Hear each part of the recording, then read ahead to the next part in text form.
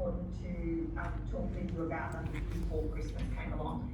And the very first of those is our Queensland Energy and Jobs Plan that we announced about 2 months ago. So I have a kind of half view of the room. I wonder if I could ask people who've heard of the Queensland Energy and Jobs Plan to put their hands up.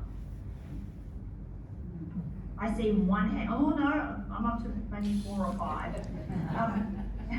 Tells me I need to do my job better.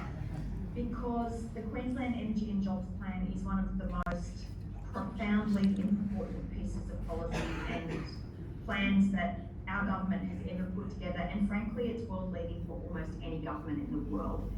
We put ours together, Victoria, and announced it. Victoria came along and gazumped us about 4 weeks later, but it really is quite extraordinary. You know, people say that they want their governments to tackle the big issues, to step beyond short-term thinking and really grapple with the most difficult challenges that we have. And of course, in Australia, for me and for many of us, that's climate change. You know, there are so many pieces to the puzzle of environment and protecting our natural heritage. But my view is that if we don't get the base of addressing climate change right, we will not be able to keep the net from unravelling in every other area that we have. And so I wanted to talk to you about the Queensland Energy and Jobs Plan, because that is our government's response to lowering emissions, to moving into more renewable energy, and to shaping our economy, our energy landscape and our environment for the next, you know, not the next 20 years, not the next 50 years, but really setting the scene for the next 100 years. And it is a huge, huge piece of work. I'm really proud to be part of a government that's done it. So given that not everybody is familiar with it at all, I'll go back to basics. I will cover it fairly quickly. I do get a bit of an echo from you, so I'm happy to answer any questions at the end, and maybe Mike might be able to relay them if I can't hear them clearly. And I will note that the Energy and Jobs Plan itself is about an 80-page document, so I'm really going to headline issues at the moment. But really what it is the work that the Queensland Government is planning to do between now and 2032 to dramatically cut emissions and move into renewable energy for our state. So to paint you a bit of a picture, in 2015 when the Palaszczuk government was first elected, 7% of Queensland's energy was derived from renewable sources. Mostly that was rooftop solar. Some that had come through council rebates, some that had come through federal schemes. In the 7 years since then, we've tripled that to 21%. And we've invested, I think, about $11 billion in some fully publicly owned, some joint venture arrangements with private industry, but bringing on more renewable power, whether it's wind, whether it's solar, and looking at the new generation of technologies that are ahead of us to get us out of the point where we are burning coal to generate energy to keep Queensland powered. You know, it's been a really difficult time in the energy market over the last little while, as I'm sure lots of you have noticed. We've all had a bit of sticker shock when we've opened our bills. It's been really challenging, particularly since the invasion of Ukraine by Russia, which has, you know, led to Russia clamping down, as many of you will know, on global gas supplies, led to a lot of price spikes.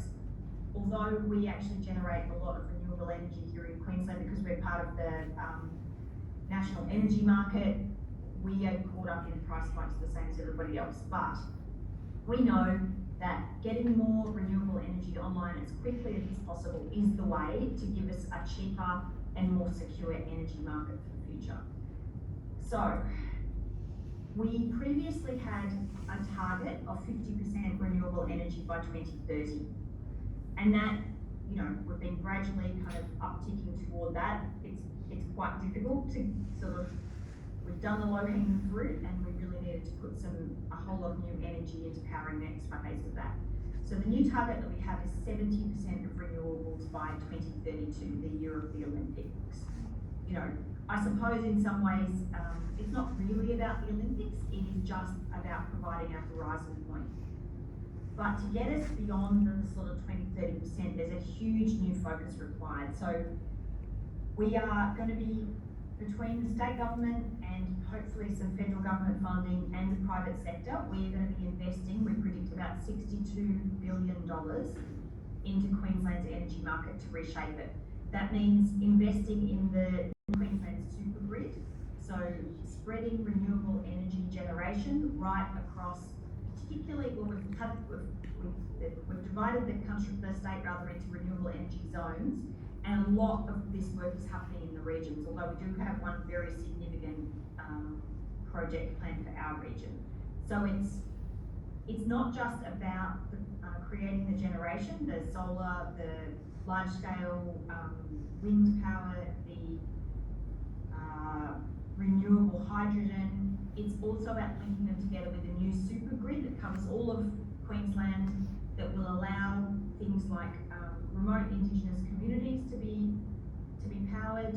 It will take our cheap renewable energy supply direct out to our biggest emitting industries, and by 2032, our emissions are expected under this plan to reduce by 2035.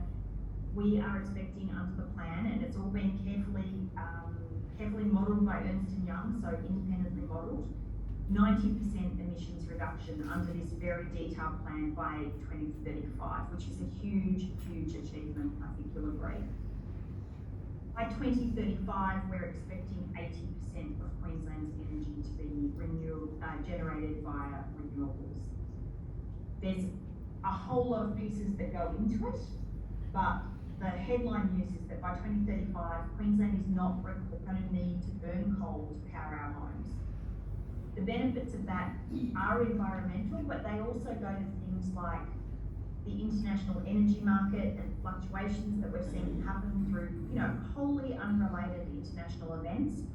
We really unhook from a lot of those pressures when we are generating our own renewable energy in Queensland. We even had price shocks to do with floods, a whole lot of mines flooded. We also had a whole lot of generators going offline because coal power generators are aging technology and they are not as reliable as they once were.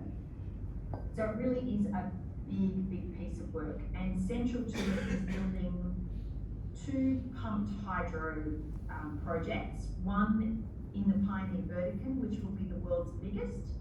It really is a gigantic piece of work, but one near Imbil at the Barumba Dam. So that's sort of not quite in our region. I don't know that it considers itself Moreton Bay, but it's not too far off. Can I just ask for another show of hands about who is familiar with the idea of pumped hydro as an energy generation and storage technology? Okay, quite a few people. So for those who may not be, the idea of pumped hydro is it's not precisely a power generating project like, say, the Snowy Hydro was back in the day.